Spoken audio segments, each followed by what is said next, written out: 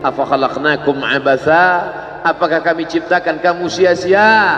Aku beri engkau nyawa, aku titipkan roh di dalam jasadmu, kuberikan kesempatan tinggal di dekat az-zikra, tapi kenapa kau menjadi ayam yang mati di lumbung padi? Perutnya mungkin kenyang, tenggorokannya mungkin tenang, matanya mungkin lapang, tidurnya lelap, tapi jiwa kosong hampa. Akibat apa? Akibat tidak diisi dengan zikir, tidak diisi dengan baca Quran, tidak diisi dengan muhasabah, tidak diisi dengan meneteskan air mata, tidak diisi dengan duduk bersama ulama, tidak diisi dengan sholat berjamaah, tidak diisi dengan kajian-kajian. Sesungguhnya setiap kita datang ke dunia ini sudah membawa benih. Tidak ada yang lahir ke dunia ini kosong hampa.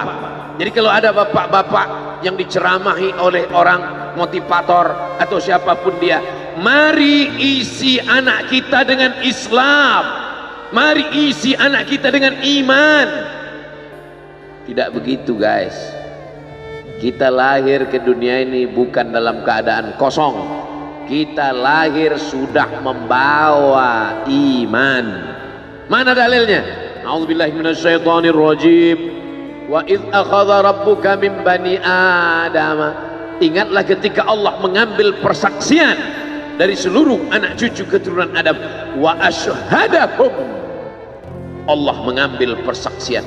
Asyhada yushhidu, asyhadahum ala anfusihim. Ketika itu Allah bertanya, alastu bi rabbikum, bukankah aku ini Rabb kamu?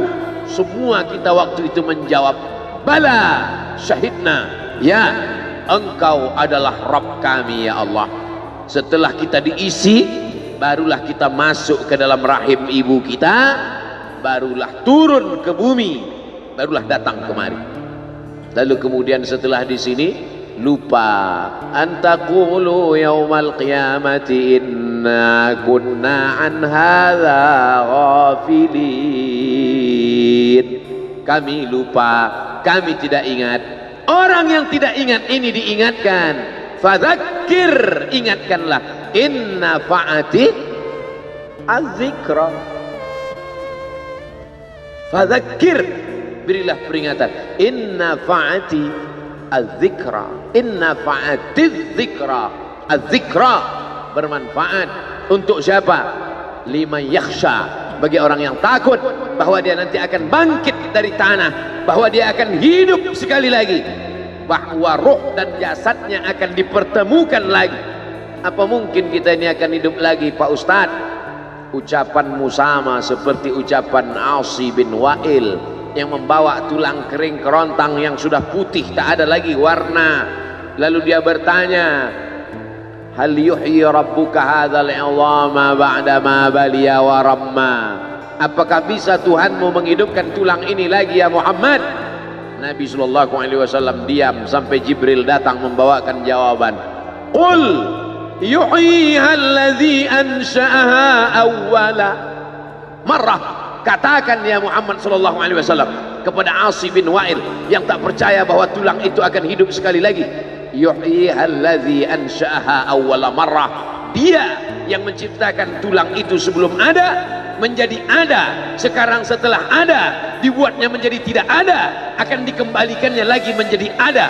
Sedangkan menciptakan yang tidak ada menjadi ada saja dia sanggup, apalagi yang pernah ada dibuatnya menjadi tidak ada, dikembalikannya lagi menjadi ada. Innama amruhu idza arada syai'an ayyaqula lahu kun.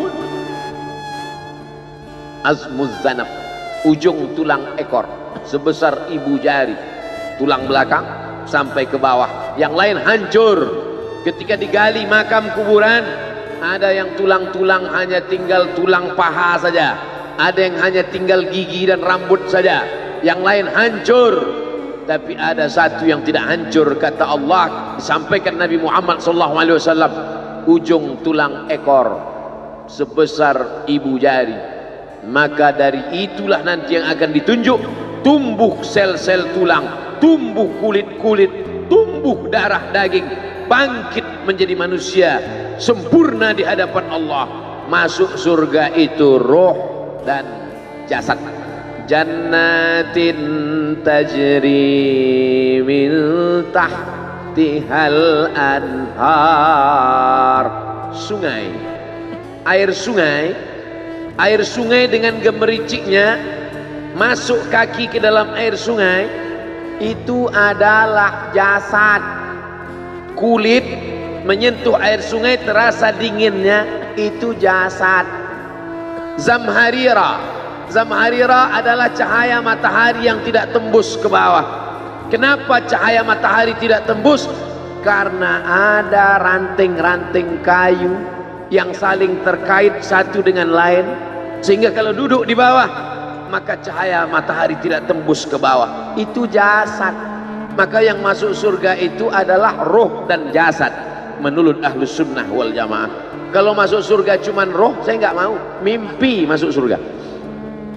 Abdul Somad akan masuk surga beserta roh dan jasad, kembali sempurna.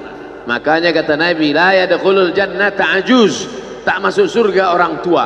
Menangis semua orang tua, sedih karena tak masuk surga. Nabi tersenyum, kata Nabi, bukan kamu tua tak masuk surga, kamu akan kembali muda usia belia 30, 31, 32, 33. Karena masuk surga itu adalah orang-orang muda, anak-anak muda yang bisa menikmati dunia. Begitulah mereka masuk ke dalam surga. Apa makna ucapan Nabi itu? Ruh dan jasad masuk ke dalam surga Allah. Lagi-lagi kita sedang diajarkan keseimbangan, bahwa kita lahir membawa iman, tapi iman ini bisa mati. Benih letakkan di tanah pasir kering kerontang, tidak disiram, mati dia, kering. Bagaimana menghidupkannya? Dihidupkan dia dengan ilmu. Tidak ada majelis ilmu yang paling banyak untuk saat ini. Majelis ilmu di Az-Zikra, semua ustadz didatangkan kemari. Ustadz Tengku Zulkarnain, Abah Raud tidak usah disebut lagi, memang beliau guru dari almarhum, Masya Allah tabarakallah. Lalu kemudian para masyaikh, Ustadz Adi Hidayat, Buya Yahya, tak dapat disebutkan satu persatu.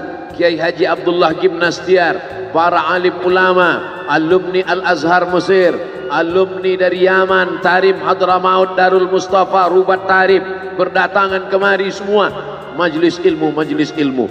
Lagi-lagi ayam mati di lumbung padi. Apa sebenarnya yang terselip dari peribahasa itu? Iman mati karena tidak disirami dengan ilmu. Ilmu, ilmu, ilmu. Datang seorang jamaah menemui saya, Ustadz Somad, saya kena penyakit insomnia, gak bisa tidur malam. Jam 2 malam mata saya masih berkedip-kedip. Bismika Allahumma ahya wa amut, gak mempan. Sebabnya apa Pak? Sebabnya saya beli tanah. Setelah beli tanah, tanam kelapa sawit, dipupuk, dijaga, 3 tahun berbuah. Pas mau dipanen, sudah dipanen orang duluan. Ternyata tanahnya bermasalah, dibawa ke pengadilan, dia yang menang. Akhirnya sampai jam 2 malam gak bisa tidur. Apa yang terlintas dalam pikiran? Kenapa beli tanah, kenapa tanam sawit, kenapa beli tanah, kenapa tanam sawit, kenapa diambil orang, kenapa dulu gak ternak ikan aja, kenapa gak ternak puyuh. Berbulan-bulan gak bisa tidur. Akhirnya pergi ke psikiater. Pak psikiater, ya saya sudah 2 bulan gak tidur-tidur Pak psikiater. Akhirnya Pak psikiater buat resep. Ini obatnya, yang ini dimakan sebelum makan, yang ini dimakan setelah makan, yang ini 3 kali, yang ini 2 kali. Akhirnya memikirkan resep itu, makin gak bisa tidur. Dimakan, tertidur. Dosisnya habis, terbangun. Kenapa beli tanah, kenapa tanam? Setelah dimakan, muncul masalah baru. Terlalu banyak makan obat, terjadi kekacauan tubuh, akhirnya kena buah pinggang, muncul masalah baru. Sampai akhirnya saya ketemu MP3 Ustadz, saya dengarkan sebelum tidur malam. Begitu saya dengar, saya tertidur. Makanya saya tidak marah kalau ada jamaah tertidur. Itu menunjukkan jiwanya tenang, karena dia tidak kena penyakit insomnia. Orang Amerika, orang Eropa, mobilnya mewah, apartemennya cantik, rumahnya megah, duitnya banyak, dolarnya bejibun, gak bisa tidur karena masalah hidup dunia. Kita naik angkot kelewatan gang. Itu menunjukkan apa? Di mana letak ketenangan itu? Huwallazi anzala sakinata fi qulubil mu'minin. Dia yang menurunkan ketenangan ke dalam hati orang yang beriman. Oleh sebab itu maka iman ini mesti disiram dengan ilmu. Majelis ilmu adalah majelis zikir. Majelis ilmu adalah majelis turunnya rahmat dan barakah. Majtama'a qaumun fi baitin min buyutillah. Sekelompok orang berkumpul di rumah Allah, yatsluna kitab Allah, membaca ayat-ayat Allah, wa yatadarasunahu fima bainahum, mengkaji isinya. Nazalat alaihimus sakinah, turun ketenangan. Wasyat bihimur rahmah, turun rahmat kasih sayang Allah. Haffat bihimul malaikah, dikelilingi oleh para malaikat. Wa dzakarahumullahu fi man indah, dibanggakan Allah Ta'ala dengan para malaikat.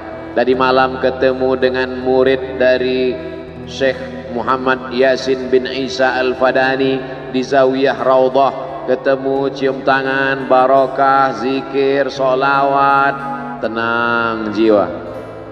Lalu kemudian subuh ini ketemu dengan Abah Raud, ketemu dengan para penghafal Quran, ketemu dengan santri-santri, tenang jiwa. Tidak ada yang menenangkan jiwa ini selain daripada majlis zikir, majlis ilmu. Betapa meruginya ayam-ayam mati di lumbung padi. Benih tidak disiram, mati. Benih yang disiram dengan majlis ilmu tumbuh, tapi tidak berbuah. Maka mesti disiram pakai pupuk buah. Datang konsultasi, ini kenapa tidak berbuah? Kenapa ini tidak berbuah? Karena ternyata dia mesti diamalkan. Sudah dapat ijazahnya, sudah talaki, sudah halaqah, kenapa nggak berbuah? Belum diamalkan. Paksa-paksakan diri sebelum tidur malam, wudhu dulu, sholat witir. Paksa-paksakan diri bangun malam, tahajud. Paksa-paksakan diri siang, sholat qabliyah, sholat ba'diyah. Paksa-paksakan diri pagi, sholat duha. Paksa-paksakan diri, sholat subuh berjamaah. Barulah dia berbuah. Kalau dia tidak berbuah, dia hanya sekedar pokok kayu yang hanya membuat sampah saja. Tapi paling tidak tempat orang bernaung di bawah ketika panas. Tapi manfaatnya tidak sesuai karena yang ditunggu itu buahnya. Masa pohon kayu rindang besar tidak berbuah, sementara semangka yang kecil buahnya besar? Oleh sebab itu maka mesti berbuah. Benih disiram, berbatang, berputih, berbuah. Buahnya ranum, cantik dan indah. Begitu dibelah tak bisa dimakan. Kenapa? Ulat semua isinya. Oleh sebab itu mesti dijaga. Benihnya disiram. Apa yang bisa menjaga ini? Diprotek dia. Kenapa apel tidak dimakan ulat? Bukan karena ulat tidak sanggup beli apel, tapi karena disemprot pestisida. Ulat tahu ini ada pestisidanya, maka dia tidak makan. Kita nggak tahu, dimakan. Ikan asin tidak dikerubungi lalat. Tidak ada satupun lalat yang hinggap di ikan asin. Kenapa? Karena lalat tahu ikan asinnya pakai formalin. Manusia nggak tahu. Pintar mana manusia dari lalat? Jangan jawab. Akhirnya orang makan, menumpuklah pestisida dan formalin dalam darah. Apa namanya? CANCER, cancer. Karena dia tidak larut dalam tubuh. Yang lain-lain larut. Makanan-makanan larut menjadi energi, menjadi sampah, dibuang menjadi kotoran. Sama seperti daun, kalau jatuh ke tanah larut menjadi pupuk. Tapi plastik tidak larut, maka plastik sampah bertebaran. Oleh sebab itu maka ini mesti dijaga. Apa yang bisa menjaga buah apel supaya tidak berulat? Jagalah dia dengan ikhlas.